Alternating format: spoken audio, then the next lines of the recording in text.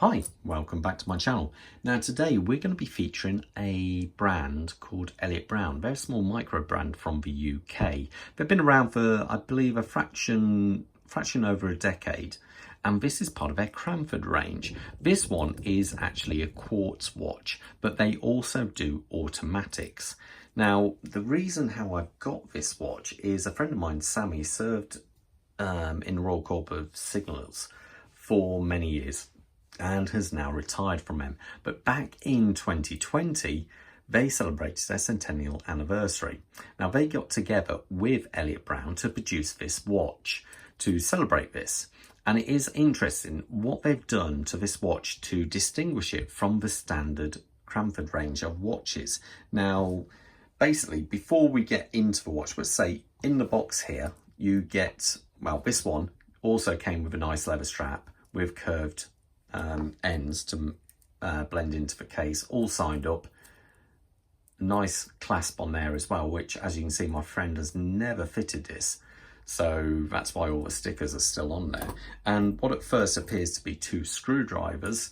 Now the first one is a standard slot screwdriver for adjusting the bracelet, and this one has got a nice, I don't know if we can zoom in there, a star style type to get to the, well, not to get to the spring bars. This doesn't have that. It's got screws which go through a little bit like a Panerai, but this is their system getting to it.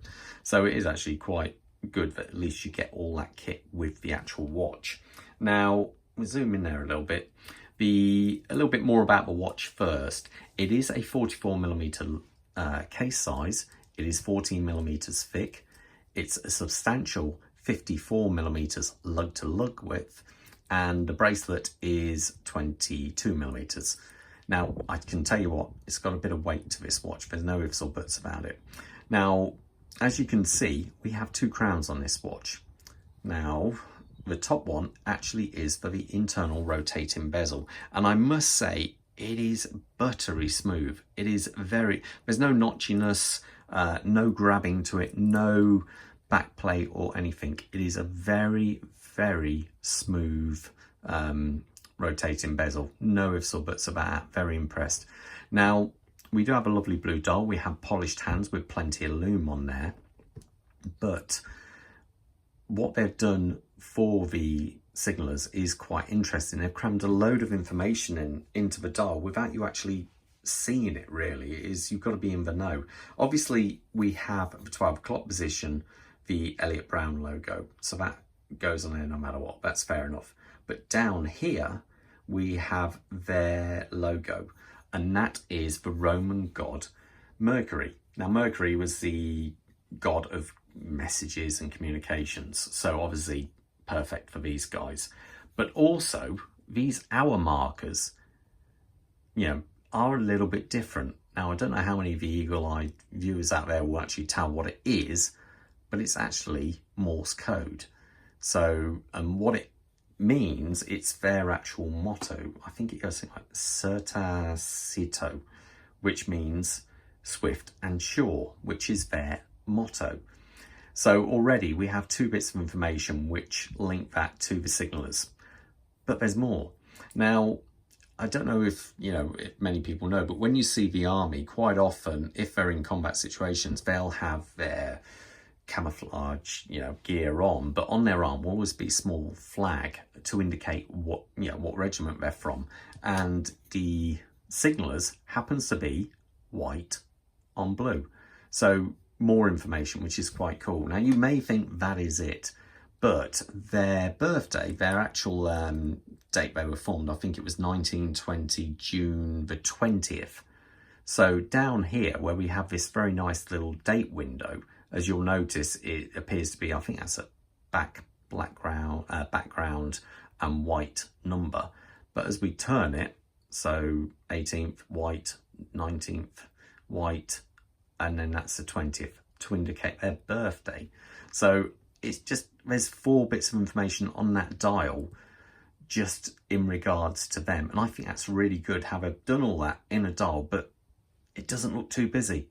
I've seen standard watches with so many lines of text And that's not to celebrate anything. This one crams in all that information just on the dial, which I have to say I'm quite impressed with. Now, the actual watch itself, as I should point out, we're seeing that through this domed sapphire crystal. The crystal does actually have AR coating on there. Now, as we come round, we've got a very nice sort of like satinized brushed finish running all the way around the case. It is very smooth. There's no sort of like sharp parts to it at all, really. So they've done a nice job there.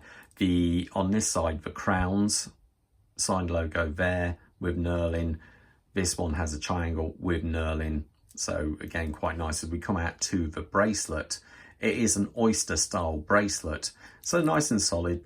Not too thick, to be fair. We have screws in there, but the clasp is a little bit more interesting, a little bit nicer. We have a clasp with a dive link extension on there, which works really well. One thing I have noticed on most, when you release it and then go to press it back in, it normally will retract. This one doesn't. You have to press it to retract it. So that's quite good. It does feel nice and solid. Very, very positive click, as you can hear. Cool. Now, as we come to the case back here, again, we have Mercury on the back here. And we have a bit more detail going on about the centennial anniversary. And it's just, I say, this is where you normally expect to see a bit more of the information, but it's lovely that they've actually also managed to put a lot of that on dial. It does point out it has a Swiss movement. This one has the Ronda 715 movement, which is a workhorse. I think you've got about a 3-year battery life. You're not going to really have any problems with them at all, really. The watch actually is shock resistant to ISO, I think it's 1430. I believe that's where they hit it with a 3 kilo hammer. It has to maintain its timekeeping, but they say this one succeeds that easily. So I believe they've got a special ring system here with elastomer as well, so it should be quite interesting. The watch is also 200 meters water resistant, so I'm quite impressed with what they've done with this watch. So I think it is really quite impressive how they put all that information, especially onto a dial, without you actually really seeing it. The only thing you really see is the strange Morse code hour markers, and I don't think they look particularly out of place either. Now I'll quickly show this on my wrist so you got an idea how it looks.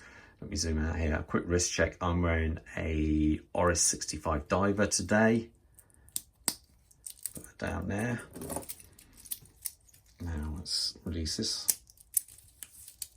Now my wrist size is 7 1/4 inch, so it gives you an idea how it looks on my wrist.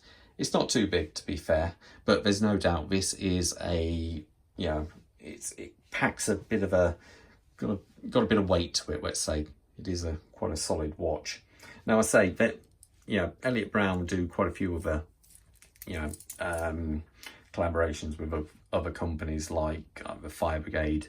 Land Rover is one of their newer ones, and I believe they even have done watches for the SBS. That's a special boat service. So there you go. It's worth checking them out. They're UK based micro brand, but they do some interesting bits. So anyway, okay, hope you enjoyed the review, and I'll see you at the next one. Stay safe out there, guys. All the best. Bye.